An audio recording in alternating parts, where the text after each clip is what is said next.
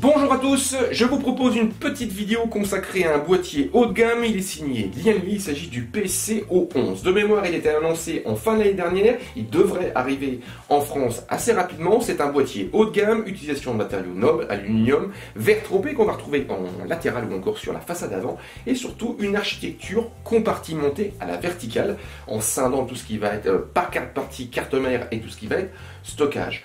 Lianli l'adresse également aux utilisateurs avertis, en particulier parce qu'il n'y a pas de système de ventilation natif, il va falloir le mettre en place aussi bien au niveau des ventilateurs que l'usage d'un water cooling, et sur ce point on verra que le boîtier a quelques petites originalités.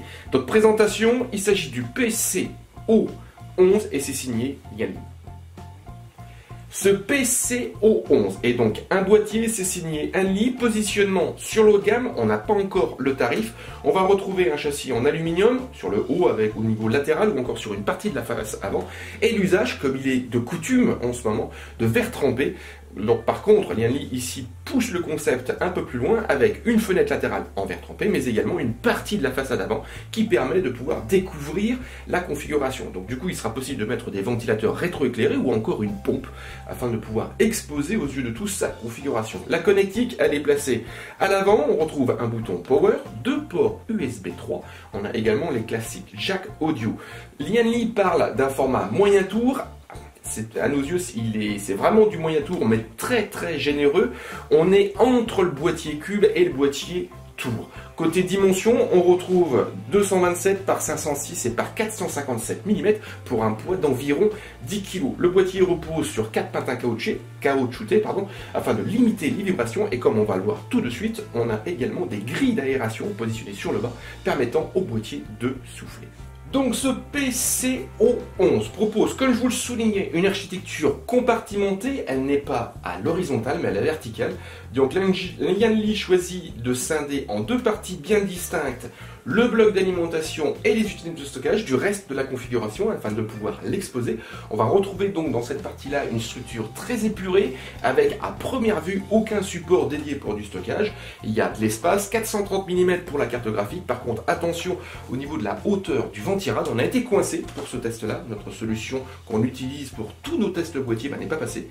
Donc ici on a 150 mm, on a été obligé de se rabattre sur la solution native d'AMD proposée avec ces processeurs. Il s'agit du Vrine. Et je vous invite à nous retrouver sur le site si vous voulez connaître en détail donc les performances de ce ventirad. Donc attention, 150 mm, sinon vous ne pourrez pas refermer le panneau latéral. Et petite remarque par rapport au panneau latéral, il s'agit de verre trempé, donc là il est solidaire par de petites vis à main. Faites bien attention lorsque vous l'enlevez ou quand vous le mettez, évitez les chocs trop brutaux puisque comme c'est du verre trempé, il y a de la casse de possible.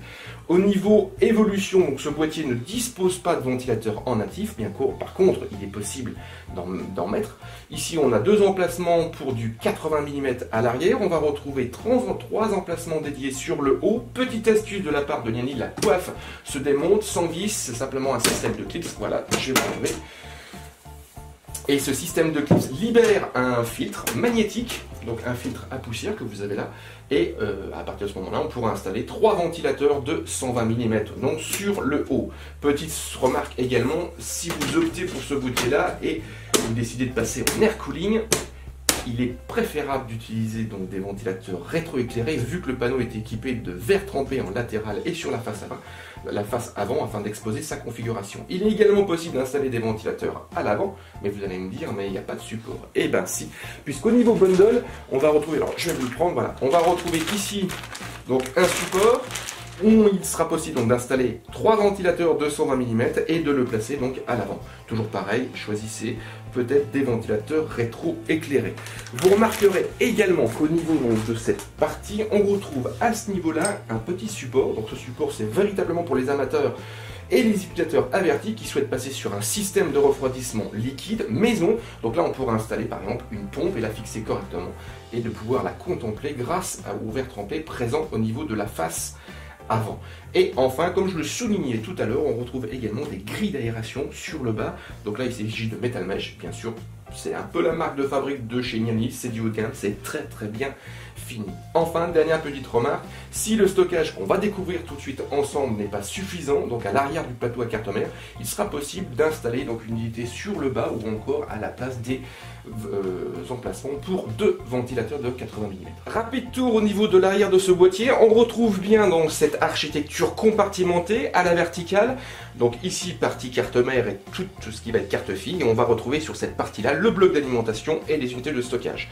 Ici on retrouve 8 slots PCI Express, tous équipés d'équerres PCI perforées. Petite protection pour cacher les vis, on retrouve également les 2 emplacements donc pour le positionnement de 2 ventilateurs de 80 mm, et la même chose du côté stockage, où là encore il n'y a pas de ventilateur. Donc l'accès au niveau arrière du plateau à carte mère se fait en enlevant le panneau latéral. On retrouve le même système de fixation que pour la coiffe, c'est un système de clips, donc là il suffit simplement de tirer vers soi pour désolariser le plateau du châssis. On va retrouver ici une organisation permettant l'installation d'un bloc d'alimentation, non pas à l'horizontale mais à la verticale, donc faites bien attention au sens, de telle manière que le ventilateur du bloc corresponde à la trappe d'aération prévue au niveau du panneau latéral, et cette dernière est également accompagnée d'un filtre à poussière magnétique.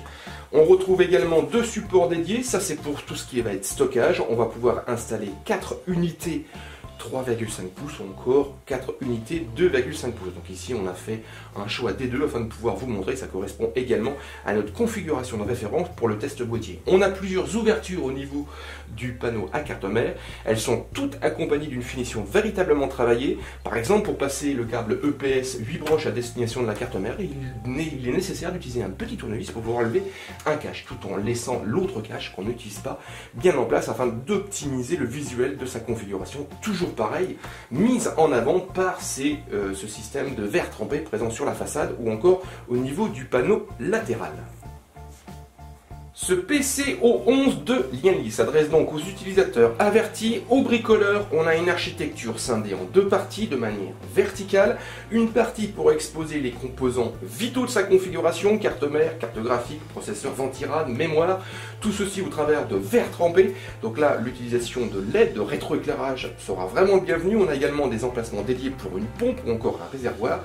Une architecture très épurée, permettant en fin de compte de donner vie à pas mal d'idées. On se propose donc de vous retrouver sur Jinfo pour un test complet. On le testera tel qu'il est là, donc sans ces ventilateurs, on vous donnera notre avis. On rentrera bien sûr plus en détail sur ses possibilités et sur son équipement. Lian Li ne nous a pas encore fourni le tarif officiel, il est certain qu'il se positionnera sur le haut de gamme, vu la prestation globale du boîtier. Côté disponibilité, nos recherches pour l'instant n'ont pas donné de suite, c'est-à-dire qu'il n'est pas encore disponible en France. On suppose, vu qu'on a eu la possibilité de le tester, qu'il ne devrait pas trop tarder. Donc là c'est pareil, je vous donnerai l'information dès que j'aurai un retour de la part de Lian Li. Donc écoutez, rendez-vous sur Jinfo prochainement pour un test complet de ce boîtier. Il s'agissait du PCO11 signé Lian Li.